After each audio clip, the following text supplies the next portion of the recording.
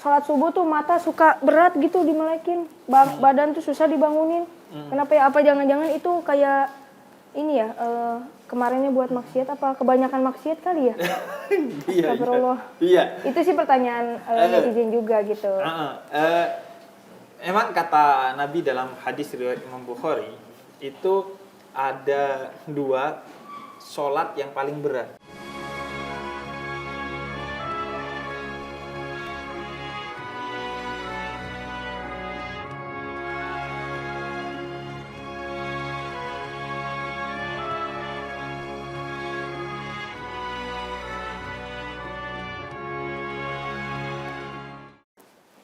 Kenapa kalau puasa kita jadi lapar ya? Namanya apa? Namanya puasa. Puasa itu menahan lapar, menahan minum, menahan haus, menahan canda nahan. Kalau kenyang itu berarti udah buka puasa gitu. Pertanyaan selanjutnya.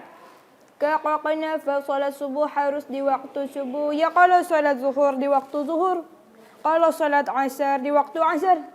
Emang Ana pernah lihat itu bapak-bapak kalau sholat Jumat di hari Senin itu nggak ada Ana nggak ada pernah lihat. Kalau emang ente pernah lihat kasih tahu Ana buru-buru, oke?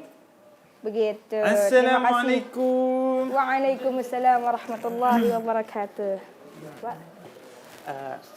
Saya ada pertanyaan. Apa tuh, Bib? Nah, belut listrik. Tahu belut listrik nggak? Tahu. Tahu. Yang nyetrum. Yang nyetrum.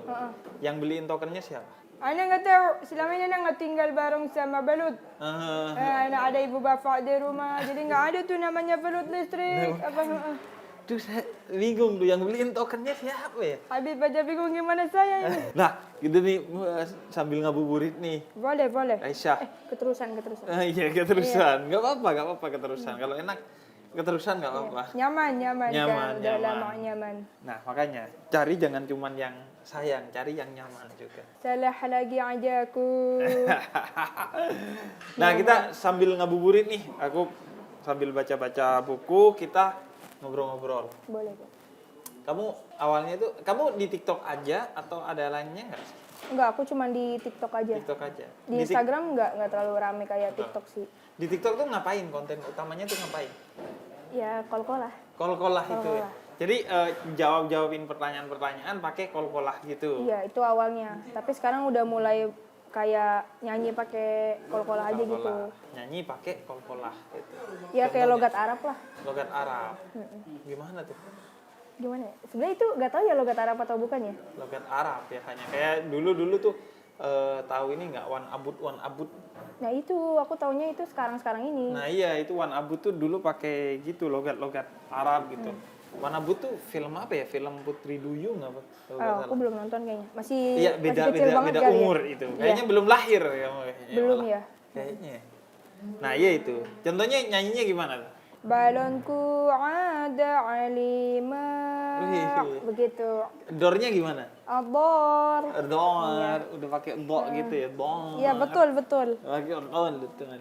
Emang kamu ada keturunan Arab? Enggak ada. Waduh, jadi seharusnya aksen saya itu. Maaf ya Bib ya. Maaf nggak ada rencana. Nah, terus ide itu dari mana berarti kalau kamu bukan keturunan Arab? Terus ide sebenarnya gitu-gitu tuh dari mana? Nggak ada ide sih, spontan aja semua spontan keluar aja. Jadi kamu lebih kayak Agim juga, tetap senyum mah ya ini. Emang iya? Nadanya iya. Ya nggak tahu lagi aku. Kalau kamu bikin konten kayak Agim lucu juga tuh cara ngomong. Senyum kita mah ya. Logat kok dia mungkin beliau logatnya Sunda meren ya. Sunda. Iya. Kamu aslinya mana? Jakarta sih, cuman mama Padang, papa Manado, cuman kita nggak pernah pulang kampung, jadi kita di Jakarta aja. Jadi itu ceritanya awalnya kapan? Itu bikin sekitar konten pertama? tahun lalu kali ya, tahun lalu akhir. Terus pas jadi bikin kenapa? Sepupu aku ngajak Q&A, kan dia TikToker juga. Iya. Terus Kamu udah TikTokan? belum.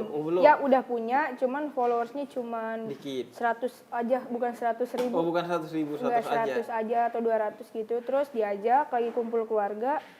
Akhirnya buat spontan aja ngomong kayak gitu. Tiba-tiba jadi viral. Suka, orang banyak yang suka. Karena dia followersnya udah banyak gitu. Tiba-tiba nge-tag TikTok Ais, terus jadinya TikToknya ikutan. Oh, kamu udah punya TikTok? Gitu. Punya, tapi followersnya nggak sebanyak sekarang. Iya, 100 aja gitu. Aja, nggak pakai 1000. Kalau sekarang berapa? 800.000 aja. Wow. Alhamdulillah. 800.000 aja. Iya, aja Bu. Padahal baru setahun ya? Iya. Gitu. Oke. Jadi awalnya nggak sengaja, terus akhirnya keterusan tuh. Iya. Konten-konten gitu ya? Karena ngerasanya kan udah di follow ya sama orang, jadi ada kontribusi aja gitu. Iya. Biar Ya udah di follow masa sia-sia nggak ngapa-ngapain kan? Iya. Nge-follow doang kan buang-buang. Sangat bertanggung jawab ya. Bib, kenapa ya kalau kita tuh sholat subuh tuh mata suka berat gitu dimelekin, badan tuh susah dibangunin. Kenapa ya? Apa jangan-jangan itu kayak ini ya, kemarinnya buat maksiat apa kebanyakan maksiat kali ya?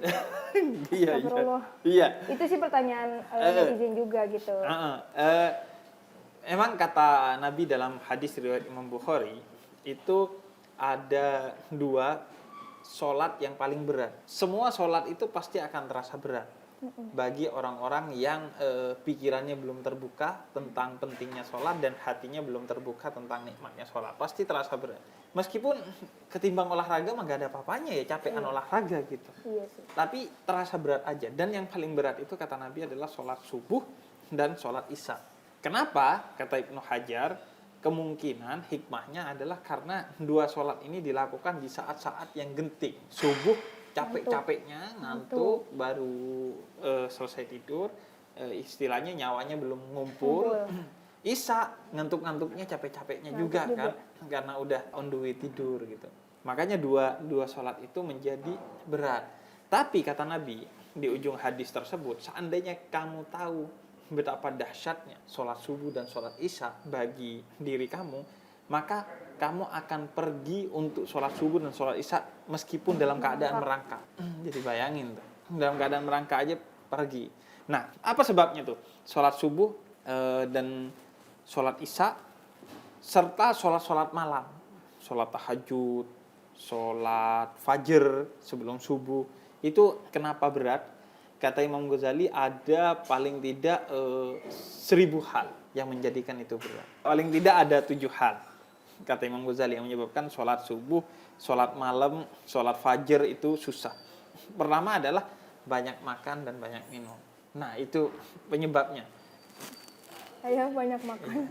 Iya. Iya, banyak makan. Saya juga sih. Makan dan minum. Jadi ngerasa. Nah, itu malam.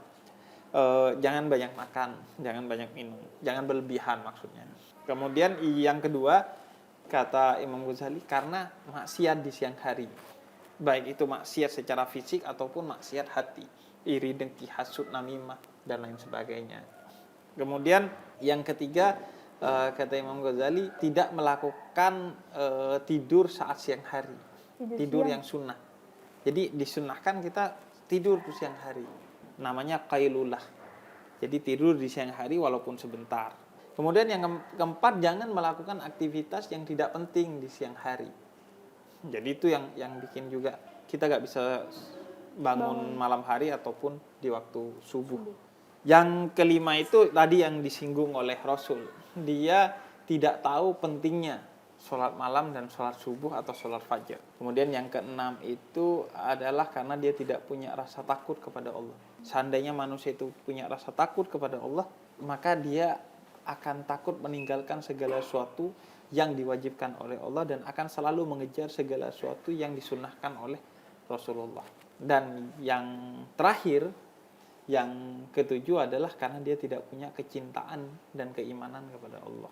Jadi makanya penting bagi kita untuk kemudian mengetahui apa sih fungsinya sholat subuh, sholat malam, sholat fajar, dan lain sebagainya. Agar kita melaksanakan itu bukan karena yaitu ritual aja, tapi karena kesadaran lantaran tahu pentingnya sholat-sholat tersebut. Jadi kebutuhan aja gitu. Jadi kebutuhan tuh.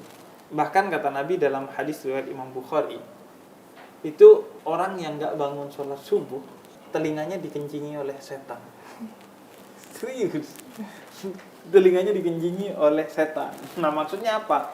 Kata Imam Ibnu Hajar, maksudnya bisa beneran dikencingi oleh setan, bisa dalam pengertian majasi.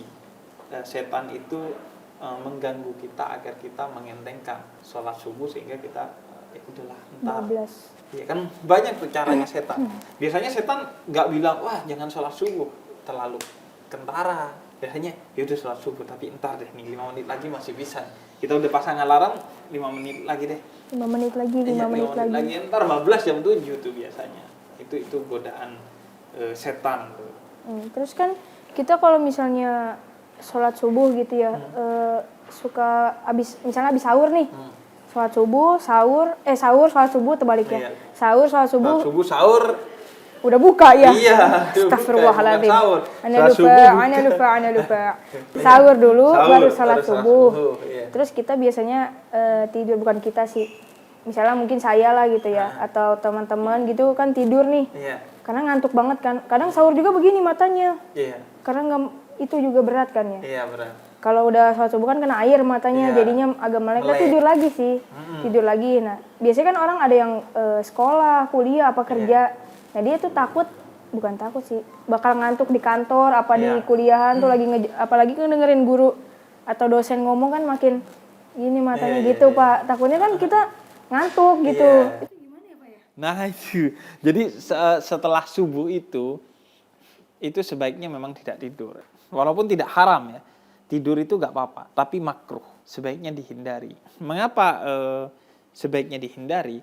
Karena di antara salah satu keutamaan setelah sholat subuh itu, di waktu subuh itu adalah tempat bertemunya iman dan ilmu. Kata Nabi, waktu bertemunya iman dan ilmu itu di waktu subuh. Makanya dulu aku kalau ngehafalin Al-Quran, ngehafalin Buat tugas mufrodat tuh kata-kata dalam bahasa Arab. Biasanya setiap hari Jumat tuh dimintain 12 mufrodat pas aku SD. Itu setelah sholat subuh. Ketimbang malam hari lebih baik setelah sholat subuh. Kalau setelah sholat subuh tuh dikit aja ngafalinnya langsung teng. Karena memang iman dan ilmu itu ketemunya waktu subuh. Makanya aku juga punya kebiasaan sama ayahku dulu waktu kecil diajak diskusi tentang agama, tentang apapun itu setelah sholat subuh. Selain di antara maghrib dan isya. Berarti kira-kira ada doa mustajab setelah sholat subuh gitu Nabi? Ya gini, kalau doa di antara khasiat lain sholat subuh dan di waktu subuh itu adalah kata Nabi, pertama, sholat fajar itu seperti dunia dan seisinya. Sholat sebelum subuh 2 rakaat. Nah, waktu subuh, termasuk sholat subuh, sholat fajar dan waktu subuh, itu adalah waktu turunnya para malaikat ke muka bumi ini. Sehingga itu adalah saat-saat yang sakral, di mana kita penting memanjatkan berbagai doa yang ingin kita panjatkan. Kalau belum dapat jodoh, doa minta jodoh. Kalau udah nikah tapi belum punya anak, minta punya anak. Ya pokoknya semua doa.